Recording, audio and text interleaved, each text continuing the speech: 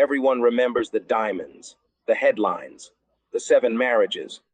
But here's the part that almost no one talks about. How did Elizabeth Taylor raise 4 children in the middle of chaos and not lose a single one to it? Think about that. In a world where fame destroys families, why didn't hers fall apart? This story isn't about glamour.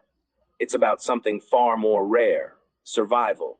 Not on the red carpet, but at the dinner table, behind closed doors, where no cameras were allowed.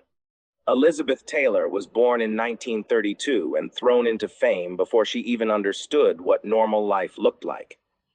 Imagine growing up where every mistake becomes a headline. No privacy, no pause.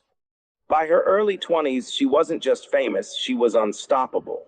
But while the world saw perfection, her personal life moved fast, sometimes too fast.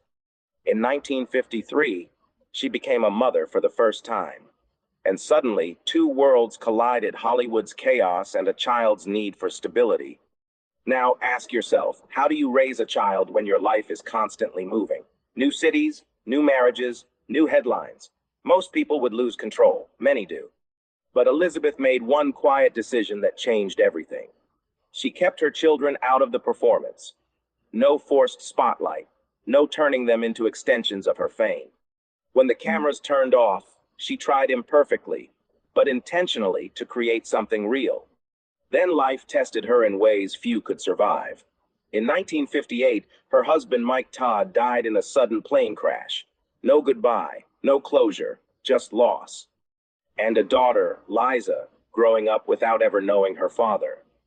That kind of absence can break people, but it didn't break her family. Why? Because Elizabeth didn't let tragedy become their identity. And this pattern repeats. One child steps away from acting and chooses a quiet life. Another faces a painful divorce tied to illness and betrayal. One is adopted at just 3 years old and goes through more than 20 surgeries just to walk.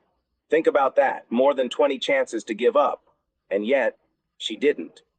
Because her mother didn't walk away. Here's the truth most people miss. Elizabeth Taylor wasn't a perfect mother. She made mistakes. Big ones.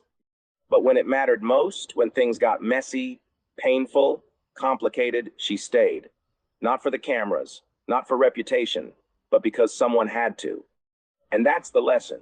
Your life doesn't have to be perfect to hold a family together. Stability isn't about having no chaos. It's about being the one constant inside it. When Elizabeth Taylor passed away in 2011, she left behind an estate worth around $600 million. But that's not the real legacy.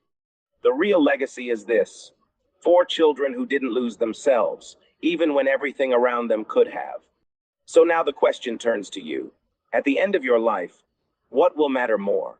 What the world saw, or what your family felt when no one else was watching?